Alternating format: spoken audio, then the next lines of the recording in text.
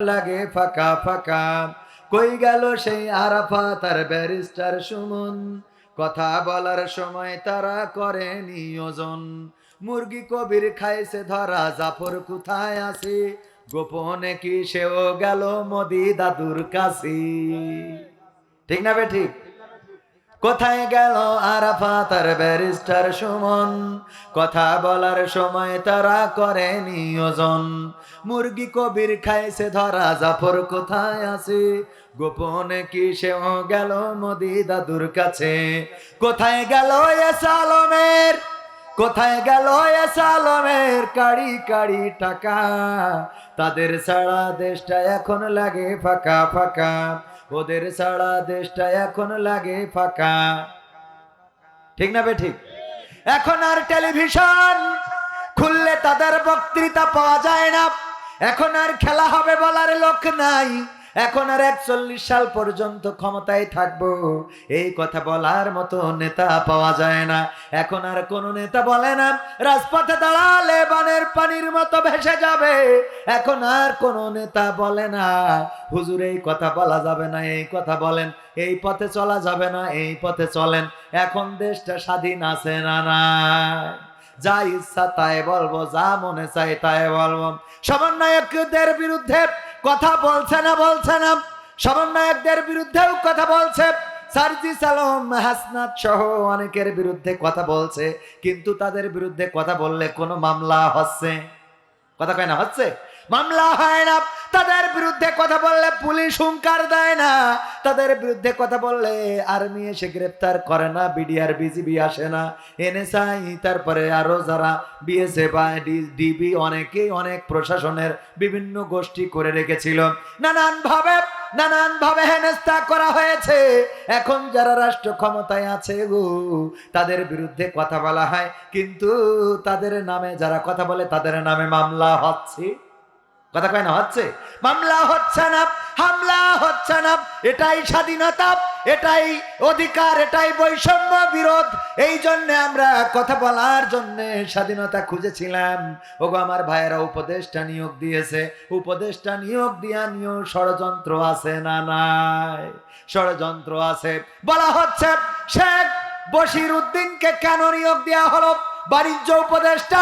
সে আকিজ পরিবারের সন্তান, শেখ আফিল উদ্দিনের ভাই। আকিজ পরিবারের সন্তান হওয়ার কারণে একজন ভাই যদি আমলিক করে, অন্য ভাই কি অন্য দল করতে পারে না? পারে না? অন্য দল করতে পারে। এই ষড়যন্ত্রগুলো যারা করছে ওরা কিন্তু এই দলের লোকেরই। বোঝা গেছে? বিতর্কিত করছে, কারণটা কি? কারণ জানে যে যদি একটা বিতর্ক বা কোনোভাবে যদি নেগেটিভ প্রচারণা করা যায় তাহলে সেটাই সুবিধা। এই জন্য উপদেষ্টা নিয়োগ নিয়ে এখন নানান ভাবে নানান কথা বলা হচ্ছে। অমুক যদি আকিজ পরিবারের সন্তান হয়ে, আফিল উদ্দিনের ভাই হয়ে শেখ বশির উদ্দিন যদি উপদেষ্টা হইতে পারে, তাহলে অন্যরা কি করেছে? আরে বাবা, আকিজ পরিবার সম্বন্ধে যারা জানে না তারা এই জাতীয় কথা বলে। আকিজ পরিবার একটা ইসলামিক পরিবার। জানেন না? জানেন না? যদি না জানেন আদ্দিন হাসপাতালে যান। আদ্দিন হাসপাতালে যেয়ে দেখেন এমন কোন দেয়াল নাই, এমন কোন ওয়াল নাই যেখানে কোরআনের আয়াত, রাসূলের হাদিস লেখা নাই। যারা গিয়েছেন তারা জানেন। গিয়েছেন কখনো? আছে না নাই? আমার সভাপতি সাহেব সাক্ষী। শুধু তাই নয়, এই আকিজ পরিবারে যতগুলো সন্তান তারা সবাই নামাজি, রোজাদার, পরহেজগার, আল্লাহওয়ালা। একজন সন্তান একটু বাইরে গিয়েছিল, তার নাম কি? শেখ আফিল উদ্দিন। এই সন্তানটা টেপারির বাইরে চলে গেছে। টেপারি বোঝেন তো? টেপারির বাইরে কি সবগুলো থাকে নাকি? না, সব থাকে না। আল্লাহর নবীর সন্তান। নারায়ে তাকবীর, নারায়ে তাকবীর। সুপার সাহেবের আগমন। বিশহরী মাদ্রাসার সুপার, আমাদের রকিদের উস্তাদ, আমার মুহতারাম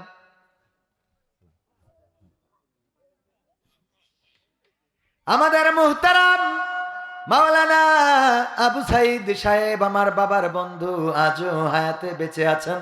আল্লাহ রাব্বুল আলামিন হায়াতে তাইয়্যিবা নসিব করে দিন, বলেন আমিন।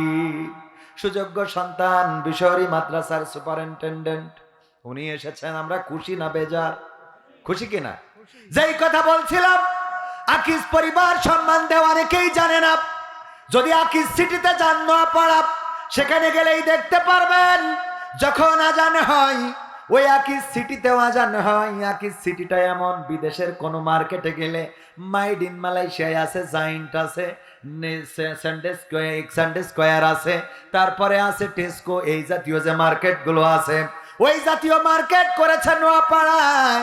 সেখানে যাবেন, দেখবেন আজান হয়ে গেল, ওই মার্কেটেও আজান হয়। আজান হওয়ার সাথে সাথে সব বেচা কেনা বন্ধ, সব কিছু বন্ধ রেখে নামাজের জন্য চলে যেতে হবে।